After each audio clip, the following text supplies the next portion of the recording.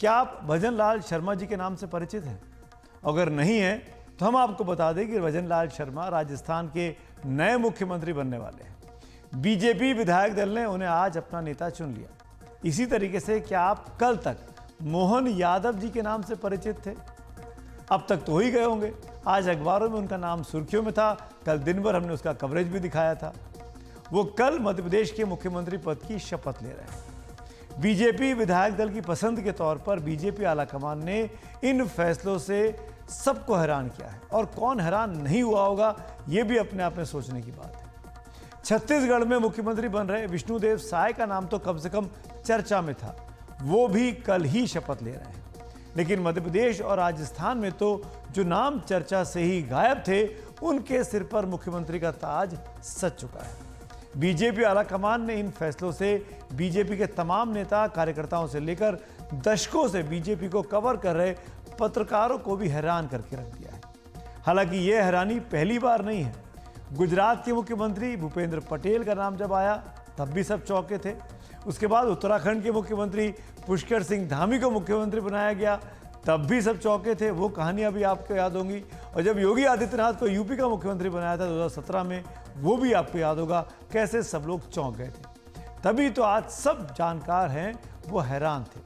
लेकिन अभी बात हम राजस्थान की करेंगे, जहां मुख्यमंत्री के चुनाव के लिए आज दोपहर जयपुर में प्रदेश बीजेपी कार्यालय में बीजेपी के सभी विधायकों की बैठक हुई। इस बैठक में बीजेपी आलाकमान की ओर से पर्यवेक्षक के तौर पर वरिष्ठ नेता रक्षा मंत्री राजनाथ सिंह, विनोद तावड़े और सुश्री सरोज पांडे पहुंचे थे।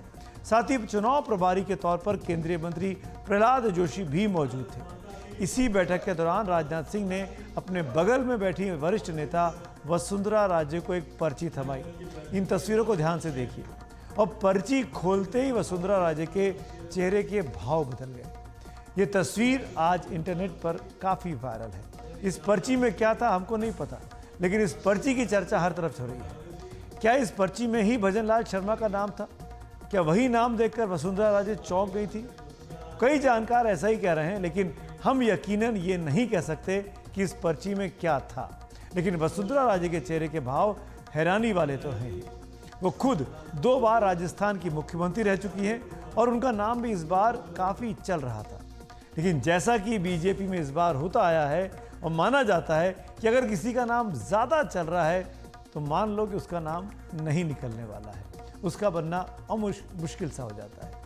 तो पहले विष्णु और उसके बाद मोहन और अब भजन के नाम पर बीजेपी ने 2024 के लिए भी बहुत बड़ा सियासी दांव खेल दिया है।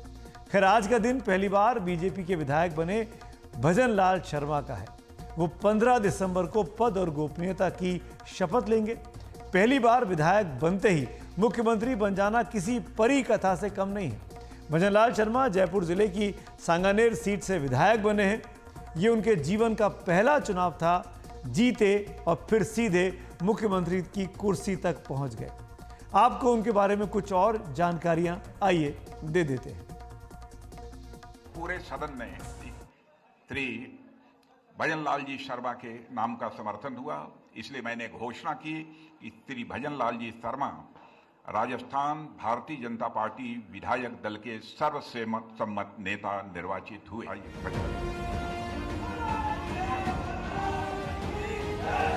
बीजेपी के पहली बार विधायक बने भजन लाल शर्मा को भी शायद उम्मीद न रही हो कि पार्टी उन्हें राजस्थान का मुख्यमंत्री बना देगी। आखिर मुख्यमंत्री चुनाव को लेकर जितने तरह के समीकरण बनाए जा रहे थे वो उनके खिलाफ थे। उन्होंने इसके लिए प्रधानमंत्री मोदी को धन्यवाद दिया। मैं इतना विश्वास दिलाना चाहता हूं कि राजस्थान की ये जो टीम है, राजस्थान के जो सभी हमारे विधायक हैं, निश्चित रूप से जो राजस्थान की अपेक्षा है हमसे, भारतीय जनता पार्टी से, हम माननीय हमारे यशस्वी प्रधानमंत्री नरेंद्र मोदी जी के नेतृत्व में हम राजस्थान का पूरी तरह से सर्वांगीण विकास किसी भी क्षेत्र में हो, निश्चित रूप से हम पूरा करेंगे। भजन लाल शर्मा का नाम लंबी कवायद के बाद सामने आया। नतीजों के बाद 8 दिनों तक तरह तरह के कयास चले। वसुंधरा राजे समेत कई नामों की सूची बनी, लेकिन किसी भी सूची में भजन लाल शर्मा का नाम नहीं था। उनका नाम आने के बाद लोगों ने गूगल सर्च किया तो उनका फेसबुक पेज सामने आया। इसमें लिखा था वो पहली बार विधायक बने हैं, सांगानेर सीट से चुनाव जीते हैं। बेशक राजस्थान बीजेपी में प्रदेश महासचिव रहे, अखिल भारतीय विद्यार्थी परिषद के साथ रहे, संगठन के आदमी माने जाते रहे। अब बीजेपी के लिए पार्टी का ब्राह्मण चेहरा है। वसुंधरा राजे सिंधिया ने उनके नाम का प्रस्ताव किया और मुख्यमंत्री पद के दूसरे दावेदार बताए जा रहे लोग उन्हें बधाई दे रहे हैं। मैं बहुत खुश हूँ। 3 बार के रहे महामंत्री, पूरा राजस्थान का दौरा किया हुआ अनुभवी व्यक्ति, सांगानेर जैसी सीट से जीत के आए। भरतपुर को लोहागढ़ कहते हैं, लोहागढ़ का व्यक्ति लोह पुरुष बन के राजस्थान को आगे बढ़ाएगा। हम तो बहुत सौभाग्यशाली हैं कि हमें इतना अवसर मिल रहा है इस जीवन में।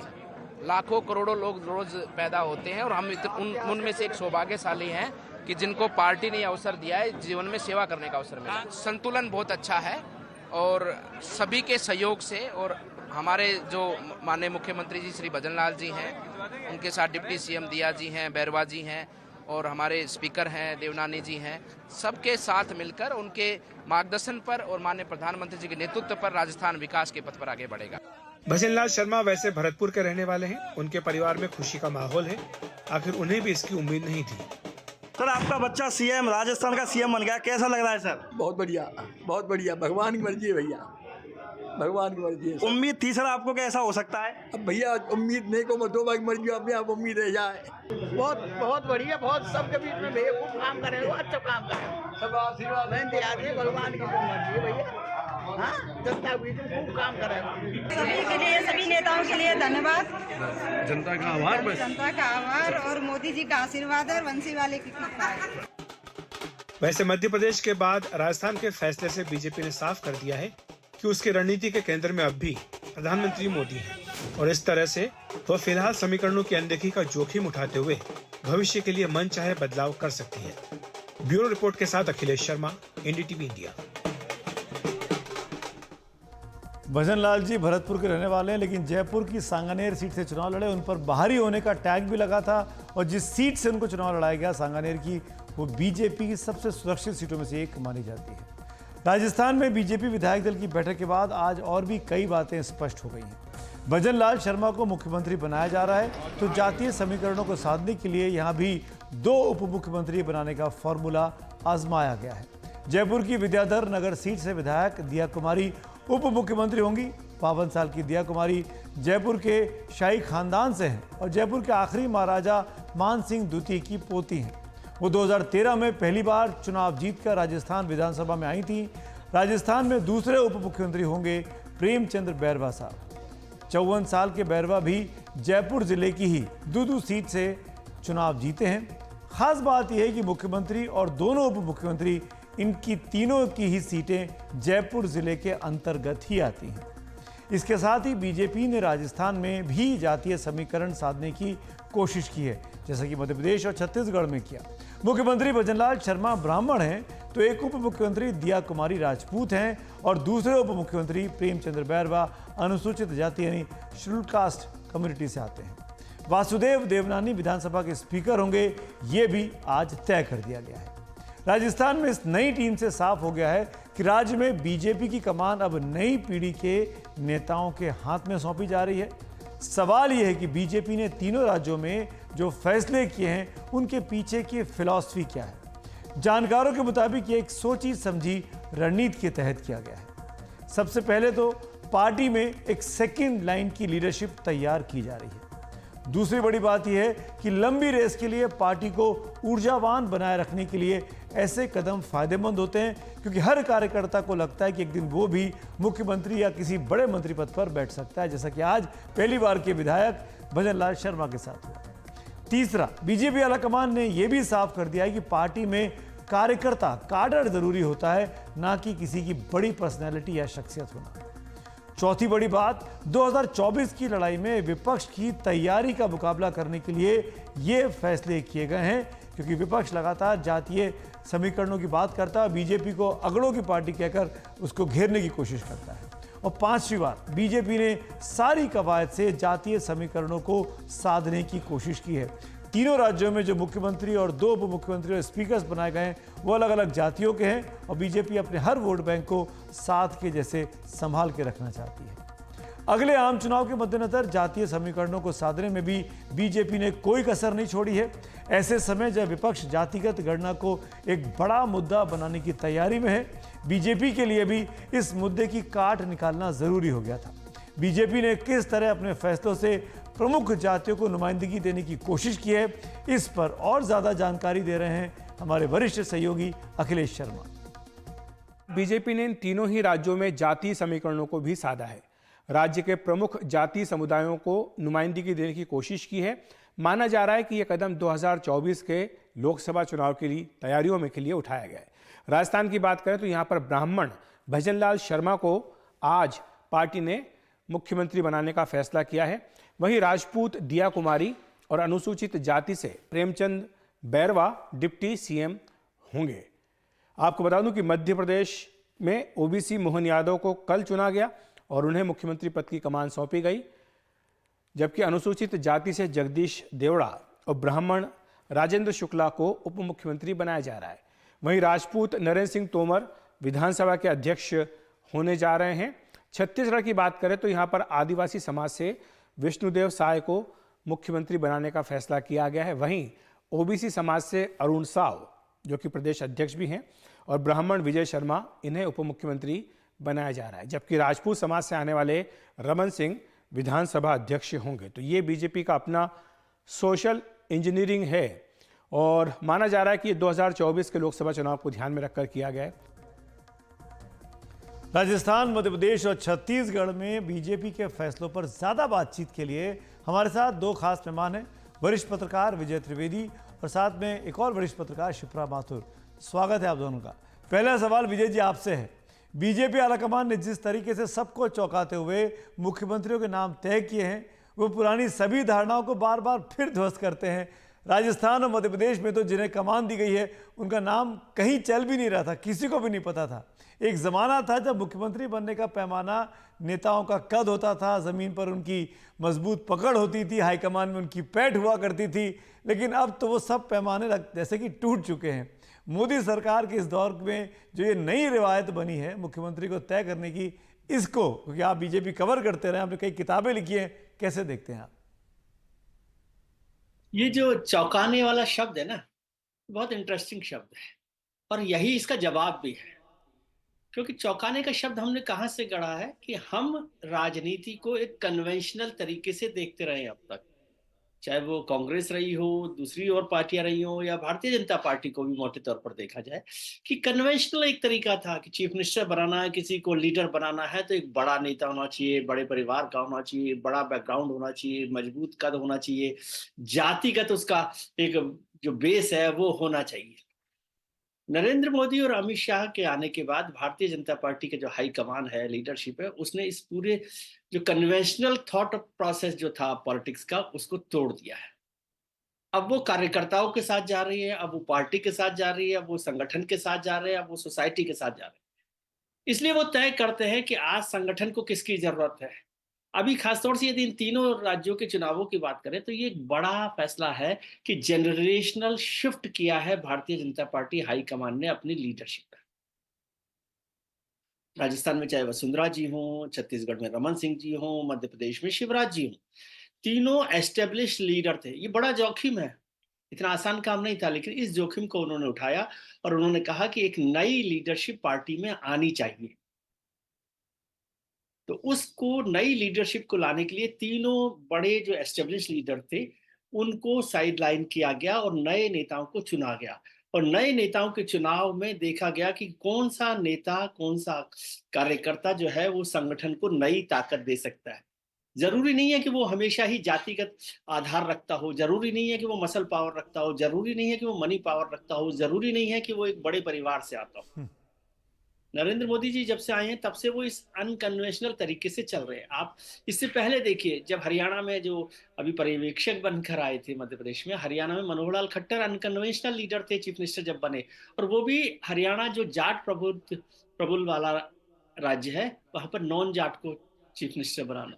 महाराष्ट्र में देखिए, महाराष्ट्र में नॉन मराठा राजनीति को लाते हुए जो मराठा राजनीति का गढ़ है, वहां देवेंद्र फडणवीस को बनाया गया। गुजरात में आपने देखा होगा, उत्तर प्रदेश के बाद उत्तर प्रदेश में भी आप देखिए कि सब लोग तमाम चर्चा कर रहे थे, तब योगी आदित्यनाथ को लाया गया।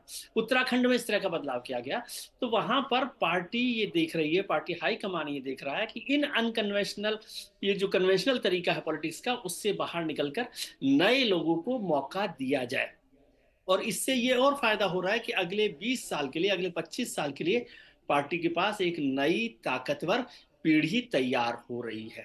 ये गलती या ये जोखिम पार्टी ने 2018 में नहीं उठाया, जब तीनों राज्यों में पार्टी हार गई और वसुंधरा जी, शिवराज जी और रमन सिंह के बजाय किसी दूसरी लीडरशिप को तैयार नहीं किया गया, और 2023 में आकर चुनाव के ऐन वक्त पर उन्हें ये फैसला करना पड़ा। लेकिन ये एक अनकन्वेंशनल तरीका है, और जो संगठन नेतृत्व अपने में भरोसा करता है वो नई पीढ़ी के साथ भरोसा करके आगे बढ़ सकता है। जो अपने में भरोसा करता है वो नई पीढ़ी पर इस तरह का जुआ खेल सकता है। शिप्रा जी, आपसे मेरा सवाल यही है कि पिछली बार जब आपसे हमने बात की थी तो आपने 2-3 नाम लिए थे, तीनों में से कोई मुख्यमंत्री नहीं बना। एक नए नाम चेहरा जो आज सामने आया भजन लाल शर्मा जी का, उनको कमान दे दी गई है। आप तो मुझसे बेहतर राजस्थान की राजनीति को समझती हैं, क्या कहेंगी इस फैसले पर? आप कितनी चौंकी हैं आप? देखिए, भजन लाल जी को बहुत लंबा अनुभव है संगठन में काम करने का, और संगठन महामंत्री के रूप में उन्होंने अपनी सेवाएं दी है। तो जब सांगानेर विधानसभा क्षेत्र से जब उन्हें उतारा गया था मैदान में, तब भी लोगों के जहन में ये बात आई थी कि यहाँ से जिस प्रत्याशी की चर्चाएं थी, वो प्रत्याशी बहुत मेहनत से तैयारी कर रहे थे यहाँ से चुनाव लड़ने की, और क्योंकि सांगानेर की सीट ऐसी है जो कि भाजपा की बहुत पकड़ वाली सीट कही जाती है, तो एक सेफ सीट के रूप में माना जाता है सांगानेर विधानसभा को। तो यहाँ से जब उन्हें लड़ाने, यहाँ से मैदान में उतारने का जब फैसला किया गया, तो सबके जहन में ये बात तो थी कि क्योंकि एक चर्चित चेहरा नहीं है, आम लोगों के बीच में संगठन के व्यक्ति हैं, तो उन्हें यहाँ से उतारने के कोई तो मायने होंगे। और वो जो दूसरे प्रत्याशी थे, उन्हें दूसरी विधानसभा क्षेत्र से उन्होंने चुनाव लड़ा, जो उनके लिए शायद थोड़ा सा ट्रिकी भी हो गया। लेकिन भजन लाल जी को जब यहाँ से उतारा गया तो सेफ सीट थी, तो बहुत अच्छे मार्जिन से वो जीत कर आए, और उन्हें जिस तरह से ये पद दिया गया है, ये इस बात का को भी इंगित करता है कि भाजपा जिस तरह से अब कार्यशैली उसकी रही है, और दोनों ही स्टेट्स में जिस तरह से उन्होंने तय किए हैं नाम, तो पता तो किसी को भी नहीं था कि कौन सा चेहरा होगा मुख्यमंत्री का। और जो बंद मुट्ठी थी वो जब खुली, तो वो कहते हैं कि बंद मुट्ठी जब खुलती है तो लाख की होती है। तो वो जो लगता है कि जो भी चुनाव किया है वो प्रदेश की बेहतरी के लिए होगा, और इसके साथ ही जो डिप्टी मुख्यमंत्री के रूप में भी जो चुने गए हैं दोनों कैंडिडेट्स, उनमें से एक का नाम तो चर्चा में था ही, दिया कुमारी जी का चर्चा में था नाम, लेकिन जो दूसरे कैंडिडेट हैं प्रेमचंद जी, उनका नाम कहीं भी चर्चा में नहीं था। और मुख्य बात ये है कि ये पृष्ठभूमि जो है, भजन लाल जी की पृष्ठभूमि और प्रेमचंद जी की पृष्ठभूमि, उनकी पृष्ठभूमि जो है संगठन से आती है। तो संगठन के नाते जो मजबूती उनकी कामकाज में, लोगों के बीच में, समाज के बीच में, मुद्दों की पकड़ के लिहाज से हम ये आश्वस्त हो सकते हैं कि जो नेतृत्व राजस्थान को मिला है वो मजबूत नेतृत्व होगा। और ये एक तरह से ये इशारा भी है कि राजनीति का चेहरा जो है वो बदलने की भी कवायद है। बहुत बहुत शुक्रिया शिप्रा जी और विजय जी आपका बातचीत करने के लिए। तो तीनों राज्यों में जो कमान मिली है विष्णु, मोहन और भजन को, ये तीनों एबीवीपी से निकल कर आए, बीजेपी के पुराने काडर रहे हैं और संघ के बहुत करीबी माने जाते हैं। यानी जो लोग जिन्होंने वफादारी की संगठन के साथ, पार्टी के साथ, उनको आज इनाम मिला है, और इसीलिए इस फैसले का पूरे काडर में, बीजेपी के नेताओं के बीच में बहुत स्वागत भी किया जा रहा है।